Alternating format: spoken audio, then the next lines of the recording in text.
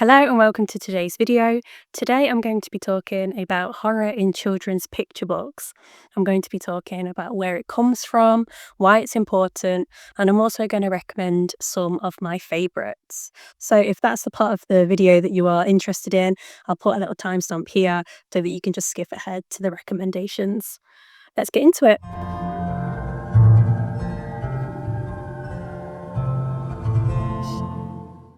As long as people have been telling stories, they have been telling ghost stories. And there are examples of ghost stories going back to ancient Mesopotamia in the Epic of Gilgamesh. After Gilgamesh's friend Enkidu dies, his spirit confronts King Gilgamesh and explains that if people are not fulfilled in life, they will go on to haunt after death. And there were instructions of how to get rid of ghosts. And these were etched into stone. So it must have been important for people to do that. Fast forward into ancient Rome, Pliny the Younger sends a letter discussing a haunted house. And in the letter, it says how the house is haunted until they found the body of the ghosts. And they bury him properly, and that's how they get rid of the ghost in the end. So all wrapped up in these ideas that if you're not fulfilled in life, if you don't dispose of the dead properly, it could lead to hauntings later on. But there are all these examples of people not really liking ghosts, people being scared of ghosts.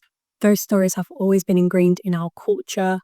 Ghosts have different purposes. They can be sent as warnings or maybe to guide us, depending on your culture. There are more recently folk tales from all over the world which have horror aspects. There's the Wendigo, Banshees, there's also the Black Annis from the UK. These stories often offer up a cautionary tale, whether that be stay away from the water, don't roam into the forest, don't trust or talk to strangers. They usually have some element of caution associated with them. More recently, when we imagine ghost stories, we picture children around a campfire and there's this teasy element about it, this laughter associated with the fear. And this theme of fear and laughter is as a constant throughout. It's almost as if fear and laughter go hand in hand as a sort of way to combat each other. Now we've discussed the oral history of ghost stories and horror stories, I really want to get into the first children's picture books, starting with Struwwelpeter.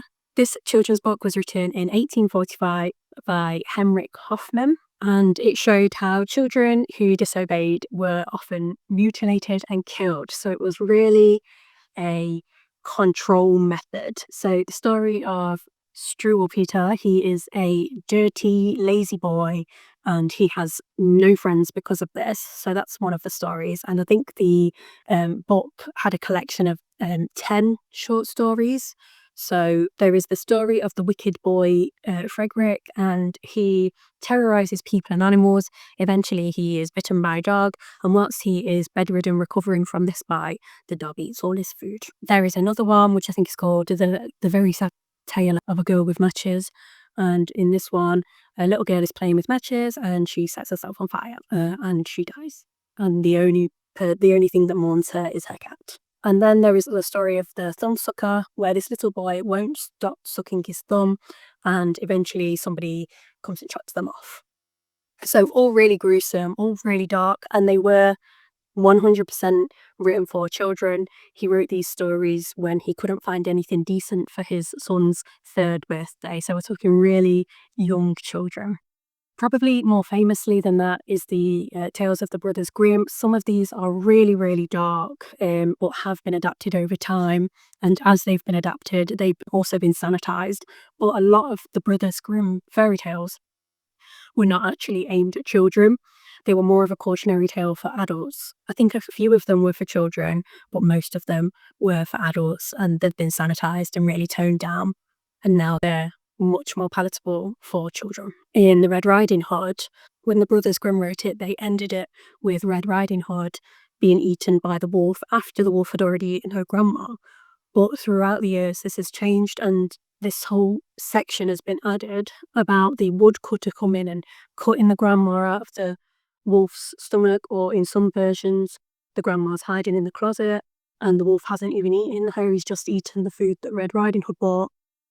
So it's really confusing, actually, how that story should end. And I think that is true. I think if you were to ask most people, how does Red Riding Hood end, a lot of people would give you a different answer based on the version that they're most familiar with. So at the time, discipline really relied on fear. But as we move into the 20th century, monsters become something that you can conquer. So in the example of Where the Wild Things Are by Maurice Sendak, the boy goes to where the wild things are and he becomes king of the wild things. He's not scared of these monsters at all.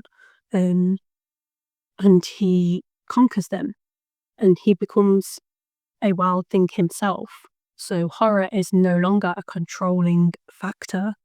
It's now a tool that the children can put in their toolbox for when they might be scared later on. Fear is a universal experience, and horror in children's books allows children to confront monsters and the dark and the unknown in a really safe place. The monsters in children's books are symbolic of anxieties in everyday life, but the great thing about the monsters in a book is that you can close the book and put it in the freezer if you're scared. It's all the adrenaline of fear with an off switch. It also teaches resilience. Children can read a horror. They can be scared, and that's fine, but they learn to move on after that experience of being scared. And next time they're scared, they can draw back on that experience and know that they will get through it. This feeling doesn't have to be crippling. They can move on. It reminds me of the Bluey episode Pass the Parcel, where Pat, Lucky's dad, puts one present in the parcel, and the children aren't used to having one big present in the middle. They're used to having a present every layer. So when they open the present and there isn't the parcel and there isn't a little present in it, they get disappointed. It's the adults that have decided that the kids can't handle this. The kids do initially get upset, and the parents are uncomfortable and they're angry at Lucky's dad, Pat, because they have to deal with the fallout. But it's the parents that decide that they can't handle this, and they take that opportunity away from them by just doing the present every layer. By the end of the episodes, the children have all got over it, and they enjoy the idea of having one big present sooner than having a guaranteed little present. But without having a chance to be disappointed, the children are not learning how to handle that feeling of disappointment. So what happens when the stakes are higher? What happens when we're not talking about a small present in Pass the Parcel? We're talking about not getting the job you wanted, your house offer falling through, or maybe your crush not liking you back.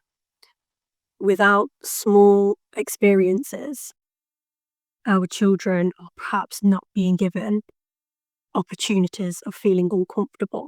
I think this is why horror has fallen out of fashion. We want to keep our babies babies. We don't want them to be uncomfortable. We want them to be happy all the time. We don't want to deal with the fallout of nightmares. I think previously ghost stories and horror stories were used not only as a cautionary tale, but also to toughen kids up. But I think in today's climate, we want to keep our kids soft. We don't want them to know about the big bad world out there. We want to keep them innocent. We want to keep them kids. But I do believe that this is just us pushing our own anxieties onto our children. And we are making that decision that they can't handle it and taking that opportunity away from them. And I think ultimately, the sanitization of horror stories makes them boring. I know when I was a kid, the stories that stayed with me are the ones that were perhaps a little bit more gruesome. There is also the cultural element. We've lost a lot of our folk tales because we don't talk about them, because they are too scary for our kids. So we're actually taking a part of their culture when we provide them with this sanitized version of childhood. The next thing that I'd like to discuss is the cover art for this book, the Ladybird horror classic Frankenstein. So as you can see from this cover, Frankenstein's monster is really grotesque, really uncomfortable looking, and really has that horror element. But in the new one, which I'll pop up on the screen now, you can see that it's a more sympathetic Frankenstein. And this really falls under this theme of horror being taken away because it's unsettling. But it kind of undercuts the story of Frankenstein a little bit because in this version, where you can see that the monster is supposed to be a sympathetic character, that's sort of something that you are supposed to figure out as you're reading Frankenstein. You're supposed to read it and probably be a little bit uncomfortable with the monster and have the same sort of reaction that it's not pleasant. But then you sort of understand that the monster didn't ask for any of that. And then you understand that the real monster in the story is Victor Frankenstein. He's the one with the moral compass issue. So that's a sort of thing that with the sanitization of children's horror, you're losing little elements like that. Like with the new cover, you know straight away that he is a sympathetic character, and I just feel like that's something that you should probably figure out as you read the story. Lastly, I did want to just touch on the Master of the Macabre, Edward Gorey.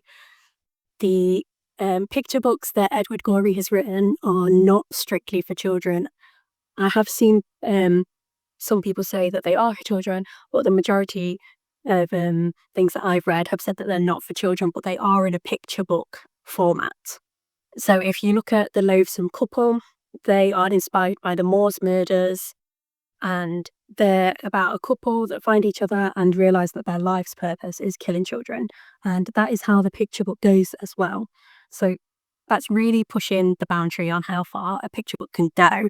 Personally, I would not read that to my children. I think it's much too dark.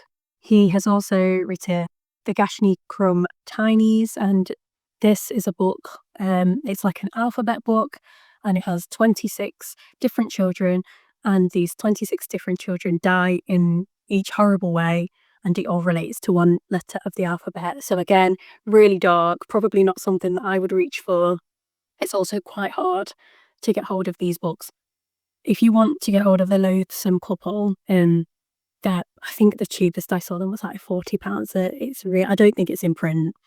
Really hard to get hold of. These books also use form and context to shock as well. So if you consider that picture books are usually for children, to then have this really dark content, it makes them more unsettling. And I think that's true for things like South Park as well, because South Park is a cartoon, which is typically for children. It has more shock value. So to conclude, I think this is a really interesting topic. I think it's interesting to know how the parenting styles have changed from wanting to control your kids through fear to wanting your kids to make good decisions, whether they're scared or not. But then I don't believe the horror should be left out completely. I think it's a really important genre for kids. At the end of the day, people enjoy horror, and children are just tiny people. So they should be given the opportunity to explore that in a safe way. There are a lot of good books out there for all ages under the genre of horror. There's Coraline and Goosebumps and A Series of Unfortunate Events. They do keep making them, which suggests that they are popular and children are drawn to them. But I would love to know what your favourite horror stories were. If I was to be completely 100% honest with you, I do not like the horror genre. My sisters both really love horror, but it skipped me out. So all of the books that I'm about to recommend to you, I've discovered recently. I would have run to the hills with some of these books. I do not like genre, and I didn't like it then. But I do think now that I've had this little mini hyperfixation on this subject, I'm going to give horror another try because I do need to take my advice now that I have studied the subject a little bit more and found out why it's important. I am tempted to dip my toe in again. So as promised, these are my favourite scary stories, horror picture books. Starting off with The Tailie Po. This is my absolute favourite It's by Joanna Gladstone and illustrated by Paul Gladstone. And it's about this little creature, the Tailipo. A man goes out hunting. He comes home and finds this creature in his house. He chops off his tail. The Tailipo runs into the night, but comes back this tail. And he's scratching and saying, "All I want's my Tailipo." And the man can hear him. The man's getting really, really scared. And in the end, the creature comes into his room and he's lurking at the end of the bed. And then he wicks the man to shreds in order to get his Tailipo back. And it shows the house has completely been destroyed by this creature. And it says, "Tailipo, Tailipo, now I've got my Tailipo." So it's really eerie and just wonderful. And my boys love this story so much. Whenever I say I'm going to read it, their faces just light up. And then they'll say, "Oh, and I went to my Tailipo," for the next however many days. So the next one I have to show you is this one. It's The Spider and the Fly. So this one was a poem written in 1829 by Mary Howitt, and the illustrations are by Tony Ditalisi. In this one, the spider is trying to entice the fly into his web, and she has heard stories about the spider, and she knows to stay away, so she refuses him, and he keeps charming her, and she keeps saying no. Eventually she walks away, but she can't stop thinking about the spider and his charms, so she goes back and he gets her. But all through the story you can see the ghosts of the flies that he has previously caught. And at the end it has a little letter from the spider that says, "A spider's going to do what a spider's going to do. What do you expect?" And it says in the letter, "Don't be like the fly. If you feel that something is bad, if you feel that something is a dangerous situation, then don't get yourself caught up in it."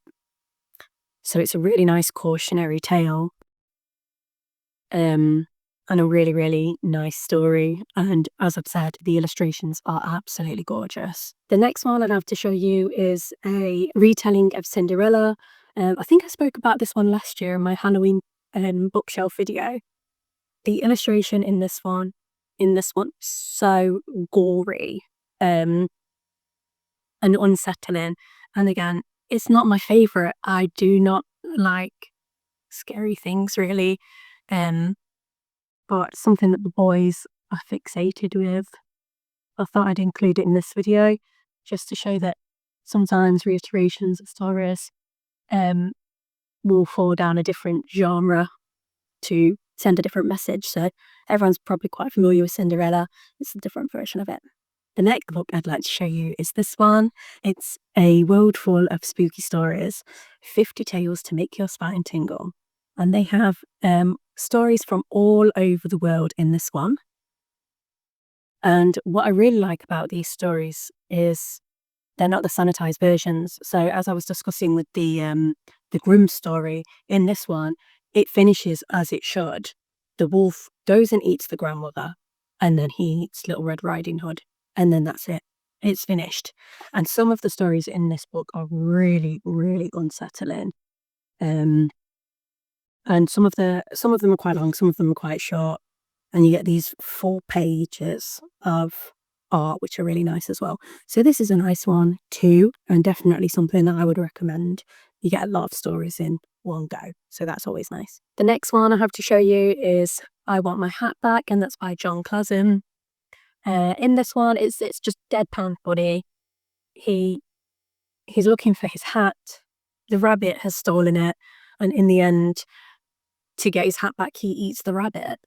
So it's not necessarily scary. It doesn't leave you with that ooh feeling, but it is kind of falling into that horror category. And this is a modern book as well. The next one I have to show you is Not Now, Bernard by David McGee. In this story, Bernard's parents are too busy for him. They say, "Not now, Bernard," and Bernard's trying to tell them about a monster in the garden, and the monster actually eats him, and then the monster goes inside and the parents don't notice, and they send the monster to bed because they haven't noticed that he's eaten their son. So I think this is more of a cautionary tale for grown-ups to pay attention to what's going on in your children's lives. The next one I have to show you is Where the Wild Things Are by Maurice Sendak. As I said earlier, this one's absolutely gorgeous and a classic. The child in it, Max, he gets sent to bed, and in his imagination, he goes to where the wild things are, and he becomes king of the wild things, and he conquers these monsters. And then in the end, he decides that he wants to go home to his mum, and his mum actually did make him some dinner. So yeah, it's an absolute favourite in this house. Definitely one of my favourite books, and quite a nice message in there in the end, that even if you do fall out with people, they'll still probably be there to save you, and you can actually conquer monsters as well. So that's that one. And then again, I touched on these Ladybird horror books in the video, and I've got a few more to show you here. So that's the Frankenstein one, Dr. Jekyll and Mr. Hyde, The Mummy, and then Dracula. And these are really nicely illustrated all the way through. It's not something that you would read in a night, but they are really nicely illustrated, and just a sort of a easy way to get into horror if you're an early reader. Then the last book I want to show you, really gorgeous book, Grimm's Fairy Tales by Sandra Dykman. This is just a collection of stories. They are really sanitized versions, but they are beautifully illustrated. So all of the big hitters in here, Cinderella, Rapunzel, Rumpelstiltskin, Snow White, or just all the main ones really. That's Red Riding Hood there, you can see it. She's with the wolf. And I think at the end of this one, the wolf goes to a sort of prison. Yeah, so she's taken him to where big bad wolves go. So it sort of suggests a prison, which is completely different to how the Brothers Grimm originally wrote it. The last little thing I have to show you, as I said in the video, my sisters loved horror so much and I did not. So my sister actually bought this to tease me because I hated the witches when I was a kid. I would stamp my feet in tantrum if my sisters put it on because I was so scared of it. So they bought me the Witches Tony for the boys to... At best, it's so that I never had to read it, but I think more likely they just wanted to tease me a bit more. So that's the last little thing I have to show you. So I'm going to leave the video here. I would love to know what your favourite scary stories were, and if you like me, you loathed them, or if you loved them like my sisters. So let me know by commenting down below. Thank you so much for watching the video, and if you're still here, an extra thank you to you. I'll see you in the next one.